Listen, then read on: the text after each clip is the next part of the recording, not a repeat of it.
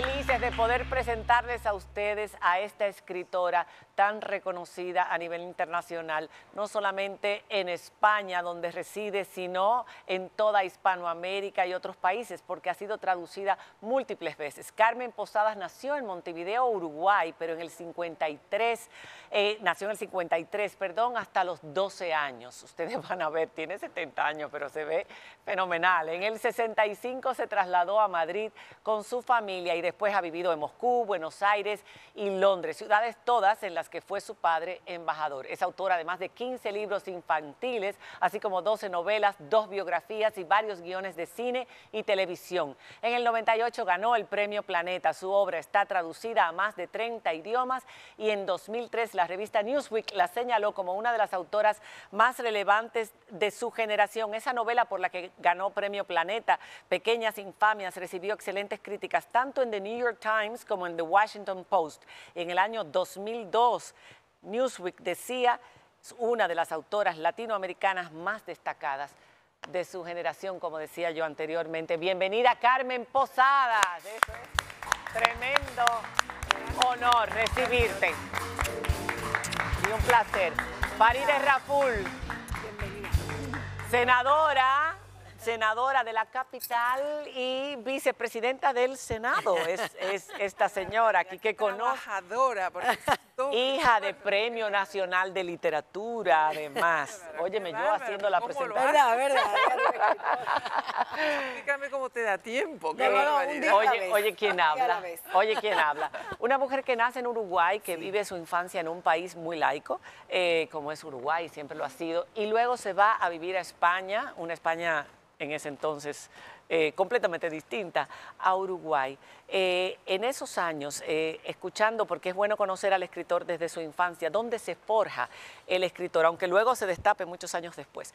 En esos años estaba leyendo que tú tuviste una infancia y una adolescencia muy solitaria y un poquito amargada porque te sentías sumamente acomplejada.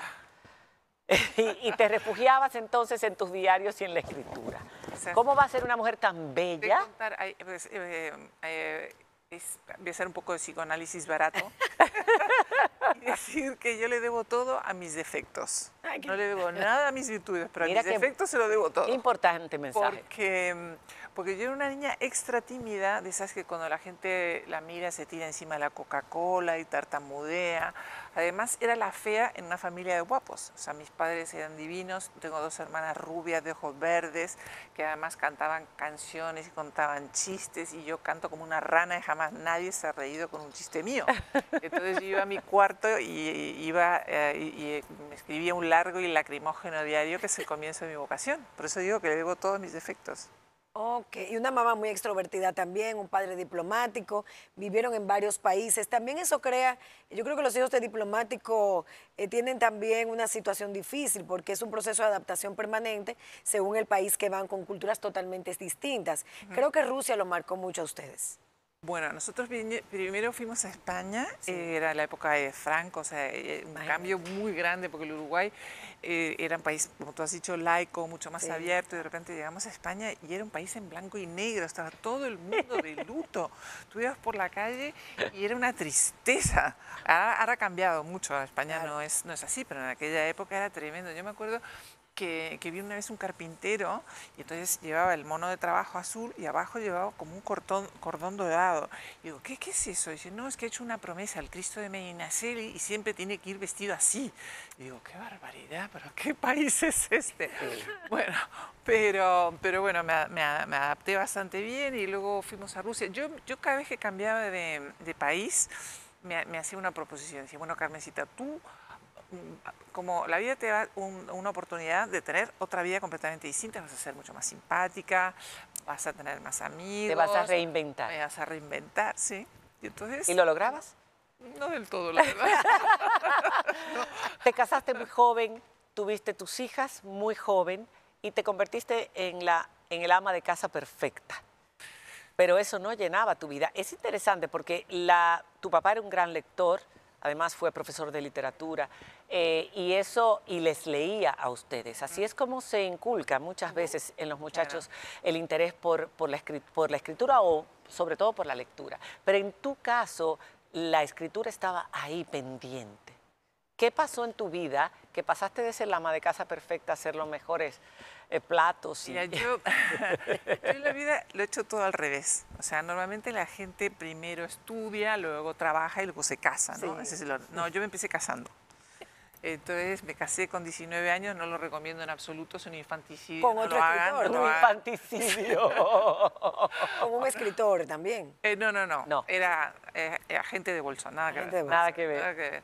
Bueno, pero entonces, como lo había hecho todo tan rápido, con 20 muy poquitos años, ya tenía 2 hijas en el colegio, entonces ahí me planteé, dije, bueno, Carmencita, ¿qué quieres hacer el resto de tu vida?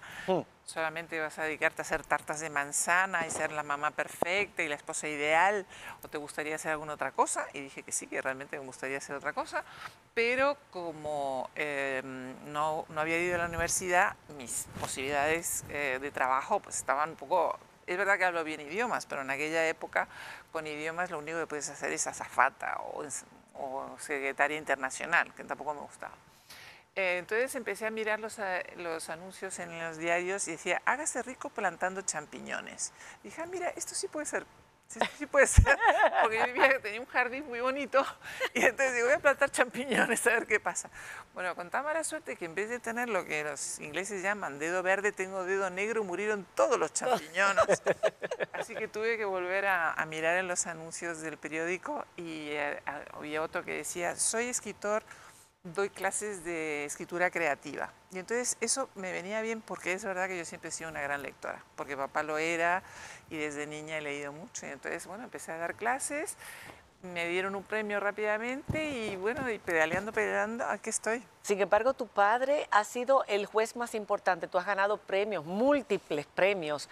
Señores, no estamos hablando solo de premio Planeta, sino premios a novela histórica, premio iberoamericano de periodismo Rey de España, premio ABC Joaquín Romero Murube 2017, premio de Cultura de la Comunidad de Madrid, premio Camilo José Cela de periodismo en el año 2011. O sea, es un glosario de premios tremendo. Sin embargo, el premio que tú esperabas, el reconocimiento más importante a todos los libros que tú publicaste, porque empezaste teniendo éxito desde el principio prácticamente, era el de tu padre, pero eso no llegaba. ¿Qué pasó ahí? Tengo que volver a hacer el psicoanálisis barato.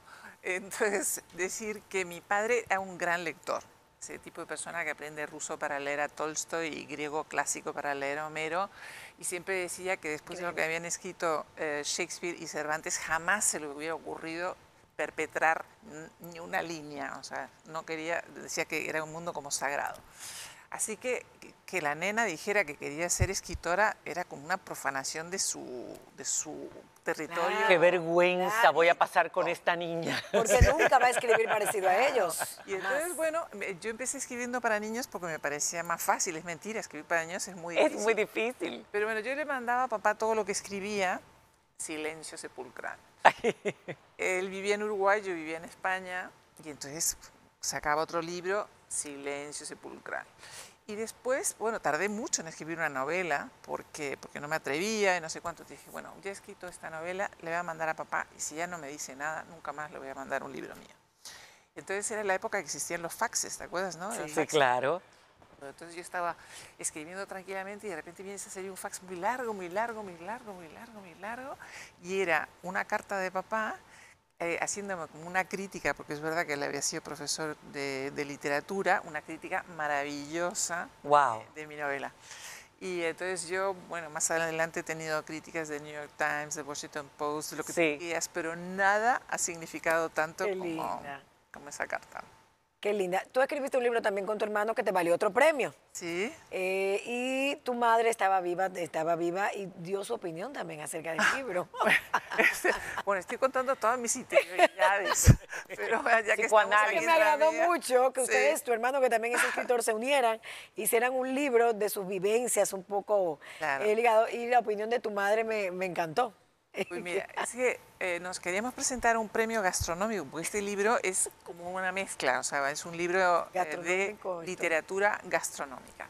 Y entonces mamá siempre quiso escribir un libro sobre sus experiencias, sobre todo en Rusia, porque vivir en Rusia era una locura, una cosa disparatada y loca. Tú te casaste en Rusia la primera vez. Moscú, ¿Se ha casado es verdad. 2 veces o 3? 2 veces. 2 veces. 2 veces y media. Ok, el media ya lo entendemos. Sí, sí. Bueno, y entonces queríamos escribir algo gastronómico y mamá siempre había querido escribir sus memorias sobre lo que le pasaba en Rusia. Pero tú le preguntabas a mamá, bueno, ¿cómo vas con tu libro? Tenía el título y todo, se iba a llamar Pajalsta, que en ruso quiere decir por favor. Bueno, ¿cómo vas con Pajalsta? Ah, no, todavía no he empezado porque tengo que leerme las memorias de Lenin. Ah, bueno, pues nada. 2 meses más tarde, mamá, ¿te leíste las memorias de Lenin? Sí, pero ahora me voy a leer las de Stalin. Nunca se ponía a escribir. Entonces, pasaron los años, y mamá en ese momento estaba bastante enferma y decidimos que le íbamos a hacer un homenaje, ¿no? Entonces, vamos a escribir el libro desde el punto de vista de ella, contando sus experiencias, no solamente en Rusia, sino también en España cuando llegamos, en Inglaterra, etcétera, etcétera. Entonces, escribimos el libro, tuvimos mucho éxito, porque enseguida nos dieron un premio, y una vez más le dejamos el libro a mamá, y mamá que no lee el libro. Que no lo lee. Y pasan los días, y pasan los días, y pasan los días. Bueno, al cabo de, no sé, 6 meses, una cosa así. Bueno, mamá, ¿has leído el libro? Sí, lo he leído. ¿Y qué te parece? Dijo, yo lo hubiera escrito mucho mejor. Ah, pero no lo hizo. Y qué bueno que lo hicieron los dos.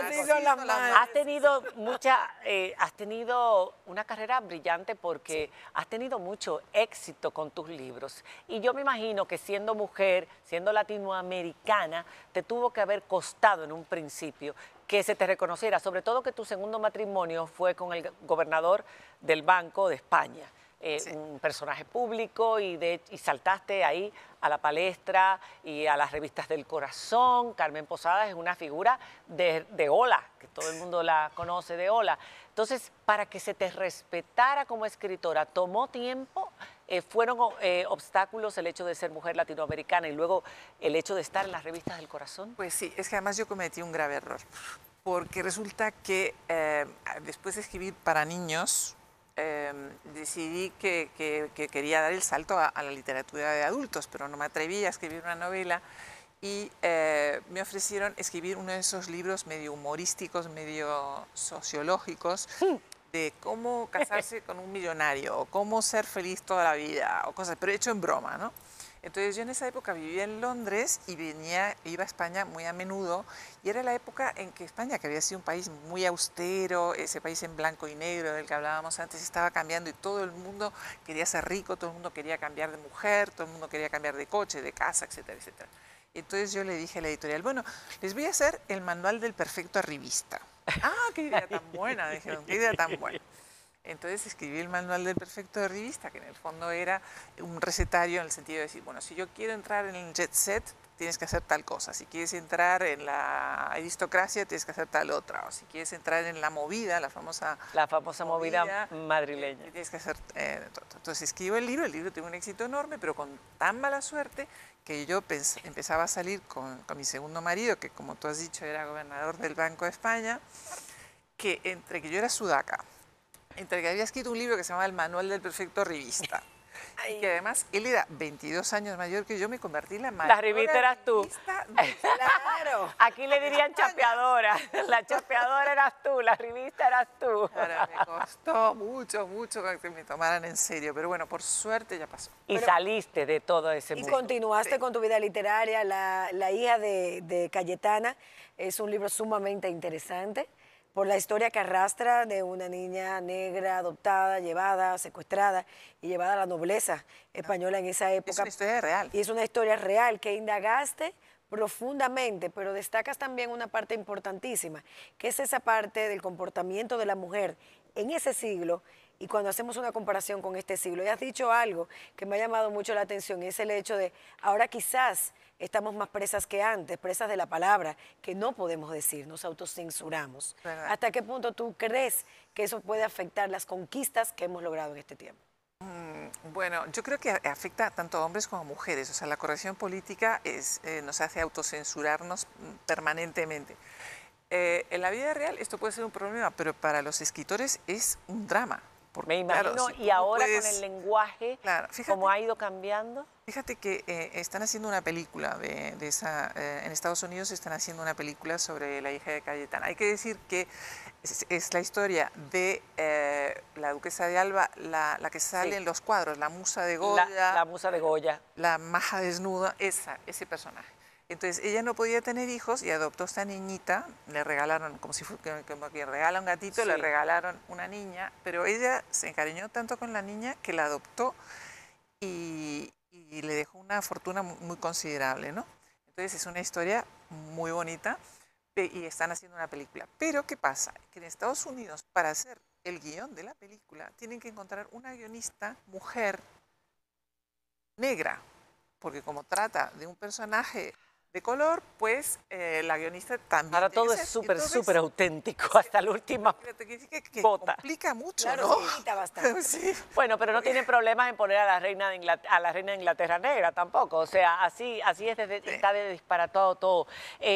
No nos queda más tiempo, pero para nosotros ha sido un honor y recomendamos, aquí hay varios títulos de libros que puede buscar de Carmen Posada, 5 moscas azules, esa fue la primera novela que causó un gran impacto y que le abrió ese camino, La Bella Otero, que también se hizo una película de La Bella Otero, Licencia para espiar, esa es la última. Esa es la última. En 2022, mírala ahí, Licencia para espiar, La leyenda de la peregrina, de la famosa perla peregrina, que recorre la historia y hasta que llega al cuello de Elizabeth Taylor.